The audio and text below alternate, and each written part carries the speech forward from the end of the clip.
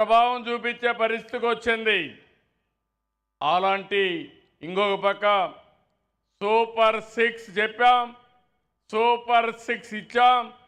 ఈరోజు మీరందరూ కూడా ఒక పక్క సంక్షేమం పట్ల ఆనందంగా ఉన్నారు, ఇంకో పక్క అభివృద్ధి కూడా పరిగెత్తిస్తున్నాం.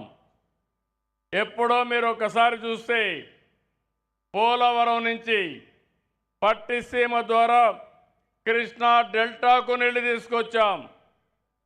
ఇప్పటికి 10 సంవత్సరాలు పూర్తయింది. అదే ఆ రోజుగా తెలుగుదేశం పార్టీ అధికారంలో ఉండుంటే 2020 నాటికి పోలవరం పూర్తయి జాతికి అంకితం చేసేవాళ్ళం. దాన్ని అడ్డం పెట్టే పరిస్థితికి వచ్చారు, విధ్వంసం చేశారు. కానీ ఈరోజు మీ అందరికీ హామీ ఇస్తున్నాను, ఇంకా కృష్ణా జిల్లాకు నీటి కొరత చరిత్రలో ఎప్పుడూ ఉండదు, ఉండబోదని మరొకసారి విజ్ఞప్తి చేస్తున్నా. ఒక పక్క దుర్గమ్మ తల్లి ఆశీస్సులు, ఇంకో పక్క కృష్ణమ్మ పరవళ్ళు దొక్కుతా ఉంది.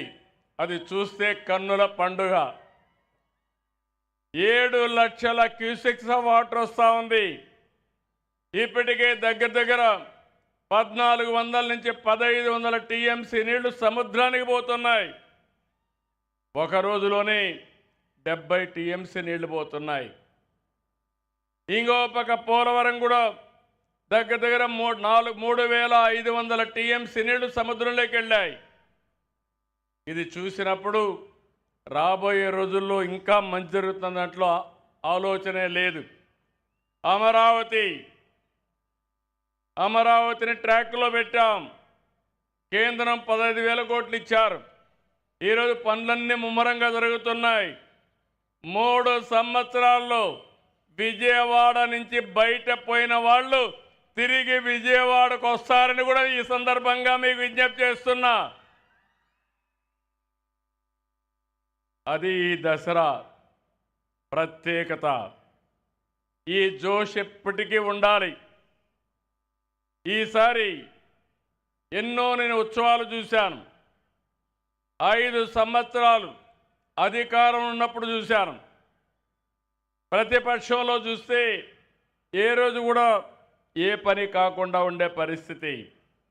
కానీ ఈరోజు విజయవాడ ఉత్సవంతో విజయవాడ ఒక నూతన ఉత్సాహంతో ముందుకు పోతా ఉంది. అయితే ఈ విషయంలో ఒకటి గుర్తుపెట్టుకోవాలి, సంక్షేమ కార్యక్రమాలు అవసరం, అభివృద్ధి కార్యక్రమాలు అవసరం.